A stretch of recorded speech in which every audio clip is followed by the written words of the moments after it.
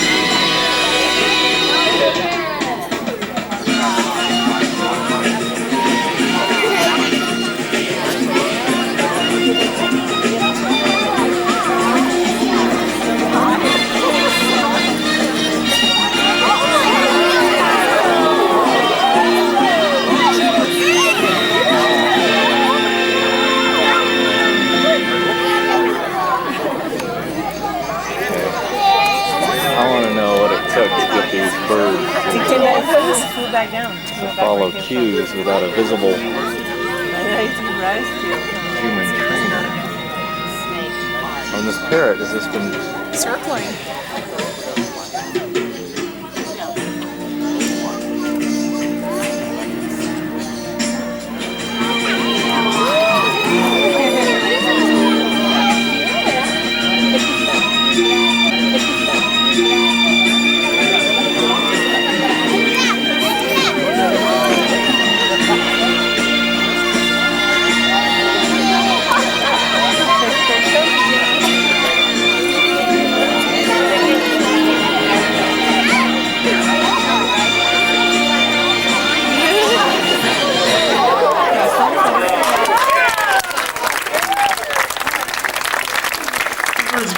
Good morning. All right, welcome to today's first performance of the bird show. Did you enjoy the birds we've flown for you so far? You did a great job. Had a few things out flying around. They all deserve recognition. That big red guy that just flew in, that was Sylvester, and he's a green-winged macaw from South America. We also had Mom, our sandhill crane, cross the stage, Edgar, our black vulture, and the first bird out was Gillespie, an Abyssinian ground hornbill from Africa. He was the guy that flew down and attacked that poor rubber snake. We're very fortunate to have this ideal location to demonstrate free flight. And the show is produced by Sonny Black and Gary Price of Berwick Productions. We're also lucky to have some talented people here that work with the birds. So please help me welcome on stage right now one of our finest trainers, Miss Michelle Anderson.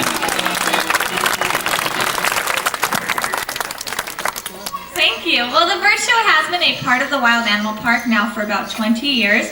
We traditionally begin each of our shows with a couple of talking parrots. This is one of them. His name is Bruce. He's an African gray parrot. We'll start out by having Bruce greet all of you. Can you say hi, Bruce? Hi, Bruce. Say hi, Bruce. Hi, Bruce. That's not what I mean. Just say hello. Hello. Okay. He does have a partner in this routine. She's waiting backstage. Her name is Lolita. She's a yellow-naped Amazon parrot. I think we'll have Bruce call her out. Bruce, can you give Lolita a call? Hey, come on.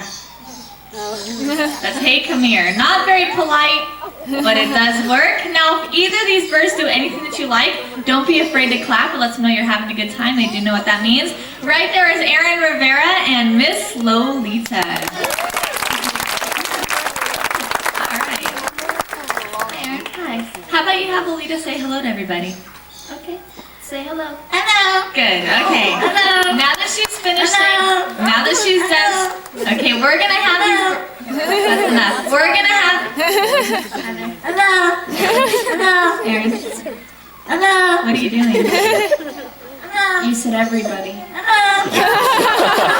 Not one at a time. And then everybody at once. Just one. Okay, one more. Hello. Alright. How about instead of that, we'll have the birds introduce themselves to you. We'll let the little green bird go first. What's your name? Wow. It's the gray bird's turn. What's your name? What's your name? I tell you. You know my name. What's yours? My name is Bruce Nadell. Bruce Nadell. He has a last name. Thanks. It's time for animal imitations. Bruce here's going to go first with a barnyard chicken. If you like that, you're going to love this next one. It's a little pig. Wait. Thank you. It's Lolita's turn. Can you bark? Bark! Bark! Bark! One more. Chihuahua. She can also imitate the Siamese kitty cat. No. Good girl. No. Keep going. No. One more. No. Last one. No. Very nice, Lolita. Good job. Very nice. Bruce can also imitate a dog. Listen to this. Can you bark? It's a Rottweiler. He does have one more animal imitation. It's a little more authentic. It's the beautiful song of a sparrow. Wow. One more. Very nice, Bruce. Good bird. Thanks. Bruce and I have been working on this. That was really good, Michelle. Thank you. Thanks. Okay, Bruce and I have been working on imitation. that was the part I liked. It's really good. Thank you. Okay. Bruce and I have been working on. Sounded just like a sparrow. Exactly. That's what we were shooting for. Good. He's got one better. All right. Okay. Like I was starting to tell you, Bruce. You know, and it I- reminds me of something. What? It does. Lolita has this new song she's been working on for the past couple months. She actually just finished it last night, and she was thinking maybe she could sing it for everyone. Right now. Right. You guys want to hear Lolita sing? How about a song? Okay.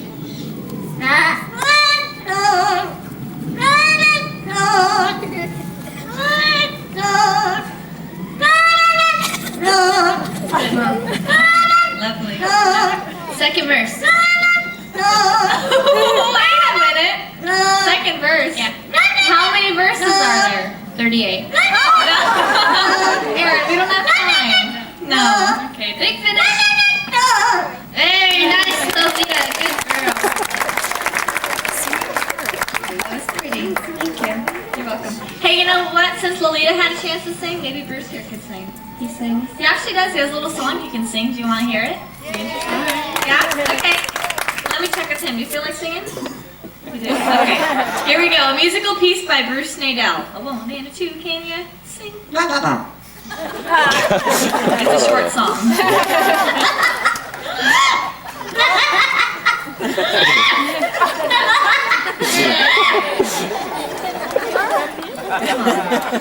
All right, like I started to tell you earlier, Bruce. She thought about it again. Sorry. Like I was going to tell you before we were interrupted. You know, Bruce didn't laugh at her song. Her song was good. Did you hear her song, Bruce? You heard Lolita's song? What'd you think of it? Okay. Like I was going to... Michelle. What? It made her cry. Oh, Lolita, don't cry. I'm sorry. Lolita, come on. I'm sorry. It was a joke. She okay? She's all better. Okay, good, I'm glad. It is time to say goodbye to Lolita. Before we let her leave, we're going to have her say her name again. This time, let's make her work for it. What's your name? Politely. We can't hear you. More politely. We still can't hear you. One more time. Once again, that's Lolita and Miss Erin Rivera. Thanks. Next, we're going to try something with Bruce here known as rapid fire. I'm going to give Bruce commands, see how fast he can fire them back at me. Totally random cues, show you how smart of a birdie is. Ready? Here we go. A chicken, a pig, a kiss, cry, a siren, a bomb, a flying saucer, a hammer. No, a hammer. Can you count? Can you cry? It's a hot day. Wish I had some water. A siren, kiss, cry. What'd you think of that? It's a hot day. What would you say if you saw a whale? Arsenal. How about a shark? Ah! He's afraid of sharks. Can I have a kiss? A pig? Growl? A bomb? Say I love you. I love you. Say hi, Bruce. Say hello. Hello. Now say goodbye. See you later. See you later. That's Bruce Day now. Thanks a lot.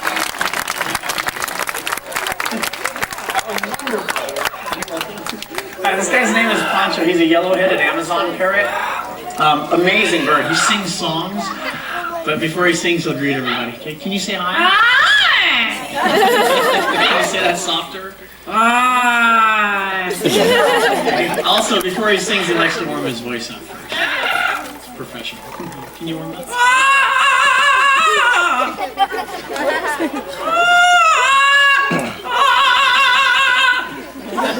One more. Very nicely done, buddy. Good job. Thank you. Well, let's see him up closer. His first song he does from the musical South Pacific. The name of the song is Valley High.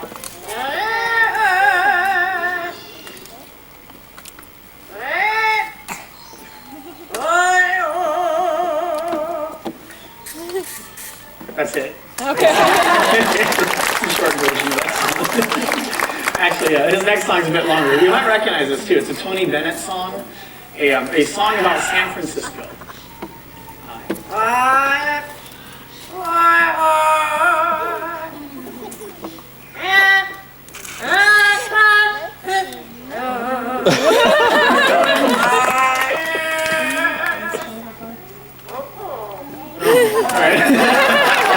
That's his ending. Hey, tell everybody what you say when you see another bird fly overhead. What you doing up there? Can you warm up?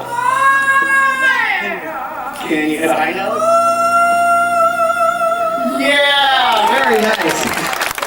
Thank you. He has one more number before he goes home. If you listen to the beginning of this one, he rolls his R's. The name of the song is When It's Springtime in the Rockies.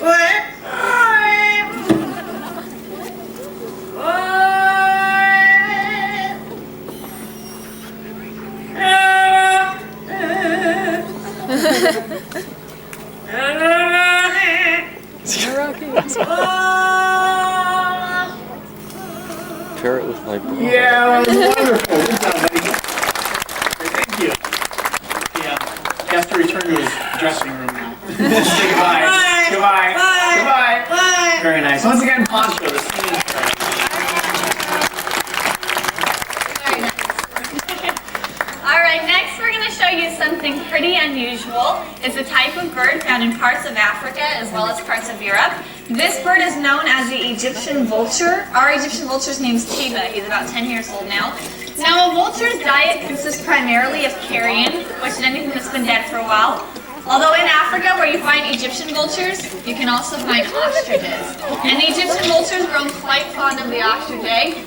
Now the problem with this is that the shell of an ostrich egg is about 1/8 of an inch thick. It's very difficult to break into. But the Egyptian vulture, being quite an intelligent bird, has learned to use a tool to break the shell of an ostrich egg. What they'll do is they'll find a rock.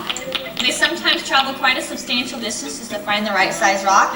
They'll then carry or even fly the rock back to the egg, and they'll use that rock as a hammer, dropping it on top of the egg, trying to break the shell open. That's what Tiba's here to demonstrate. You missed. What is unique about this behavior? Ooh, that's your foot. Don't do that. Actually, what he did, hold on a second. Let me have it.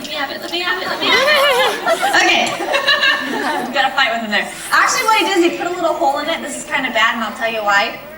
When he makes a hole like this, he'll use that slim beak of his. He pries at the egg. He makes the hole just the right size. He sticks his head in, and his head gets stuck. Oh.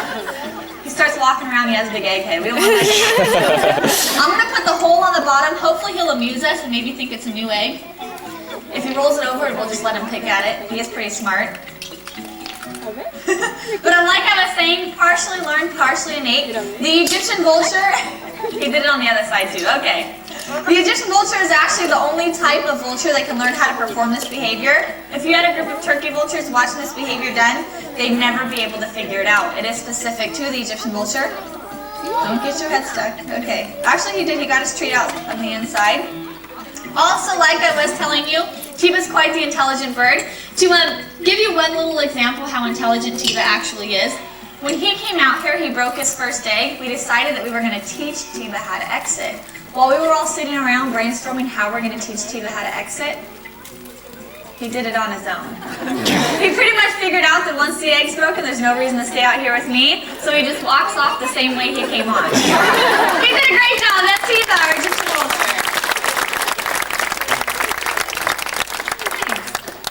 In Australia, you can find a wide variety of beautiful birds. One of these is a very pretty pink and gray bird called a Rosebreasted Cockatoo.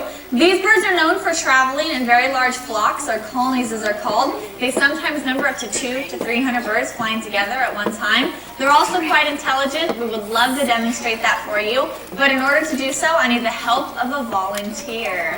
I need somebody tall, somebody who likes birds, and best of all, somebody who has paper money. Paper money. Hello, gentlemen. You have paper money in your hand, I see. You want to stand up for me? What's your name? David. David, you're not afraid of birds, are you? Okay, good. How much money do you have there? $1. $1. Do you have anything bigger? I'm just kidding, David. Go ahead and stand up on the bench. Make yourself really tall for me. There you go. How do you have it folded? Let me see. Actually, you want to unfold it for me so we can fold it the right way. There you go. Okay. Here we go. Now fold it in half. There you go, fold it in half again. And then one more time the opposite way, you're going to make a little square out of it. Perfect, just like that. What you want to do, hold it straight out to your side in your right hand, just like that. Hold really still. Everybody else watch right behind me because here comes Yo-Yo. Yo-Yo, we got David up there, he's got some money. There he is, get his money, Yo. Bring it back down to me. And can you put it in my pocket? Just like that, that a girl. Good job, Yo. I love this bird. Thanks, David. All right, would somebody else like to try? David, do you want your $1 back? You want your $1 back? Yeah? Okay, go ahead and stand up on the bench again. This is a little bit more difficult. We need your right arm out this time. There you go. Need your left arm out as well. There you go. Now flap really hard, fly down here, and you can have it back. David, I'm joking. We'll have Yo-Yo do the flying. Just your right arm. There you go, put your palm up flat. Yo-Yo's going to fly the money up to you. She's going to put it in your hand. When she does, just lightly close your fingers over the bill. Don't lose it, okay? Thank you very much for helping me out. Yo-Yo can also talk. Can you say, how are you?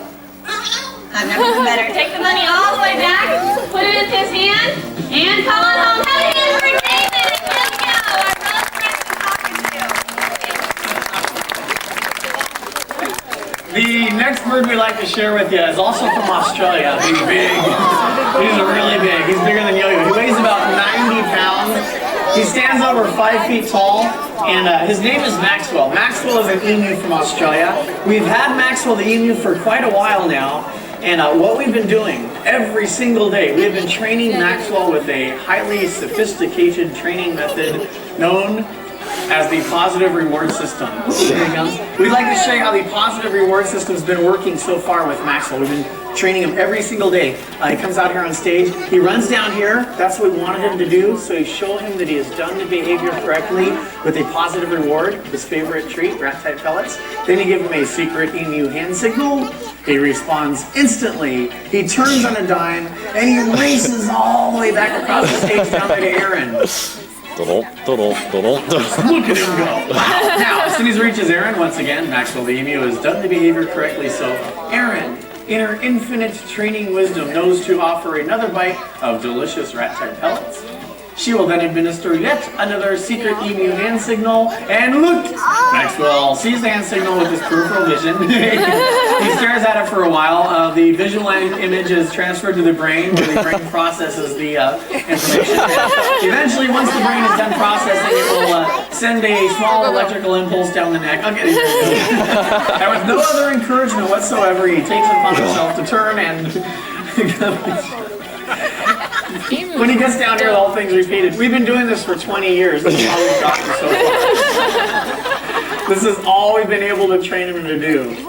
Now, I know that it looks like it's close to nothing, because it is, but he's, we're proud, because he is an emu. Here's the thing. Oh, no, I wasn't trying to trick you into clapping. It's like usually right about now we get free tomatoes from the audience. You know, there's an advantage to having a bird in the show trained to do nothing. He's really reliable, and he's a fascinating bird. Actually, we love working with him. Maxwell belongs to a very interesting group of birds known as rat types. The rat type birds are the most primitive birds on the planet. They're at the very top of the taxonomic order. Your rat type birds are emus, ostriches, rheas, kiwis, and cassowaries. Not only are they fascinating because they're primitive, but they're very unique and they're all flightless. In fact, we'll show you. Here's why emus can't fly. Maxwell will fulfill his role as ambassador for all emus. Okay, why can't he fly? 90-pound body. Here's the wings right here. I cannot fly. What they can do is run really fast, 35, 40 miles an hour. So we'll show you that. Because in the wild, if they ever get in a bad predicament, they usually don't think they're out of it. They don't fly. What they do if they're in a bad situation is run. They run a lot. So we'll give one more bite for the road. Okay, give them plenty of room. We'll point them in the right direction, and we will give them the final emu hand signal of the show. Okay, and we will send Maxwell racing home. And look, as he still forgets where the door is. We're working on that. After 20 years of training, that's Maxwell our emu. That's all he does. Right up there. Oh my God. You know, all these years, I keep thinking that he'll remember the door. He still does it. It's not a put on, it's real. Just check back in another 20 years. High in the treetops of South Africa's dense forest regions can be found one of the world's most powerful birds of prey. It's a bird that's known as the African crowned eagle. Right now there's only 7 of these birds found anywhere here in the U.S. on exhibit. So we're very proud to be able to present to you our baby African crowned eagle. His name is Cassius. Yeah, he's a baby. He's actually still a juvenile, immature. That's a term for the age where they have their immature or juvenile plumage. He was hatched April of last year at the San Diego Zoo, where he reached his impressive size of over 7 to 8 pounds with a 5-foot wingspan at the early age of only 4 months.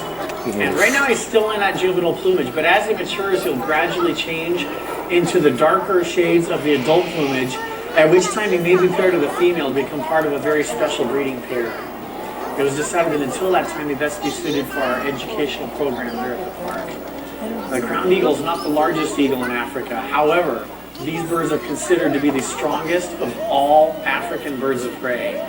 They'll hunt mostly from their perch, swooping down to subdue a variety of prey. Sometimes they'll catch things that actually weigh up to 5 times their own body weight.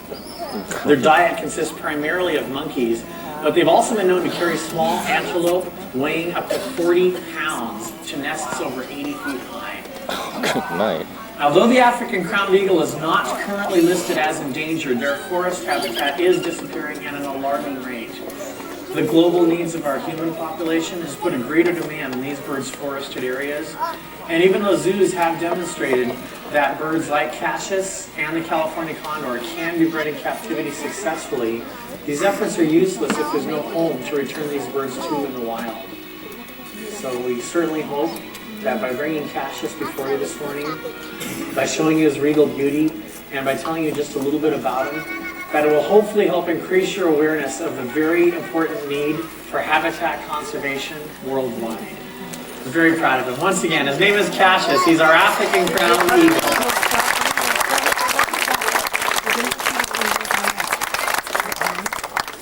Okay, to close the show right now, we're going to bring out one of the largest trained flying birds in the world. His name is Clarence. He's a cinereous vulture. He'll be coming out from the same doors that Maxwell the emu came from, but he has big wings. He has about a 9-foot wingspan, stands about 3 feet tall, and weighs over 20 pounds. Also found out he was hatched in 1958. There he is, and here he comes. Yes, Clarence. Hi. Good job. He doesn't always get to work in the 11 o'clock show. So good to see you so early in the day. Here's a little treat for coming all the way out here. That was a great entrance. Love you, buddy. Why don't you come down here? Okay, in the wild, cinereous vultures can be found nesting at pretty high altitudes, typically found between 4 to about 12,000 feet. They're one of the, let me turn around so you get a good shot here. They're one of the few vultures in the world with all the extra feathers on top of the head, down the neck, and also down the legs. Scientists believe And all those extra feathers are there to help protect the cinereous vulture from the cold temperatures at the altitudes where they live in the wild. Also, outside of the U.S., oftentimes the cinereous vulture is referred to as a European black vulture. This is the largest of all old world vultures. It means the biggest vulture in all of Europe, Asia, or Africa. Let me turn around for you folks here. They're different from New World vultures like condors or turkey vultures because Old World vultures like Clarence have much stronger... Is that stuck on the roof of your mouth? Hang on. It's like peanut butter. Hang on, let me help you out. Oh, you got it? Okay. That's how they get dogs to talk for TV shows. Where was I? Anyways, they're the largest of any vulture in Europe, Asia, or Africa. Here's the only thing we had to teach Clarence how to do in order to bring him on stage. You ready, buddy? Okay. His one trained behavior is when you point to that stump, he will jump down, he'll rush all the way over there, and he will jump on top of the stump. There it is. That's a training thing. Here's what he does naturally on his own. He skips when he runs. I'm gonna get pretty running around. The other thing he does naturally on his own, besides skipping, he kind of walks a little bit like Groucho Marx. Yeah. Groucho. But what he likes to do the most is show everybody what a good catch he is. So we'll let him do that right now for the big finish. Okay? You'll do your big catch, all right, buddy? Why don't you wait on that log down there? While he's waiting on that stump, I'll rush down to that side of the stage. We'll take the rest of this meat. We're going to toss it way up into the air. Clarence will jump down. He'll come racing across and catch it. Okay? So this is for you. You did great, buddy. All right, you stay right there. This shows training control because he waits on the stump until you tell him to jump. You're supposed to wait on the stump just for a couple extra seconds. Okay. Sorry. A little bit more to your right. Keep going. A little more. There you go. Okay. Get all the way down here. All right, Clarence, my friend. If you're ready, it's time for the big catch. You can leave the stump. Here he comes. Here's a toss. And catch it, Clarence! First down! That's Clarence, our scenario. Have a great morning. All right, have a hand for all of our fine feathered performers. They did do a great job. And on behalf of the trainers here at the show, that's Miss Erin Rivera, Mr. Ken Mahaffey, and myself, Michelle Anderson. We do hope that you enjoyed the show. We would also like to remind you the next stop on your schedule is Hawk Talk. That's right outside the amphitheater to the left as you exit. You get a very up-close and personal look at some of our birds of prey. We hope to see you there and enjoy the rest of the day here at the Wild Animal Park. Thanks again.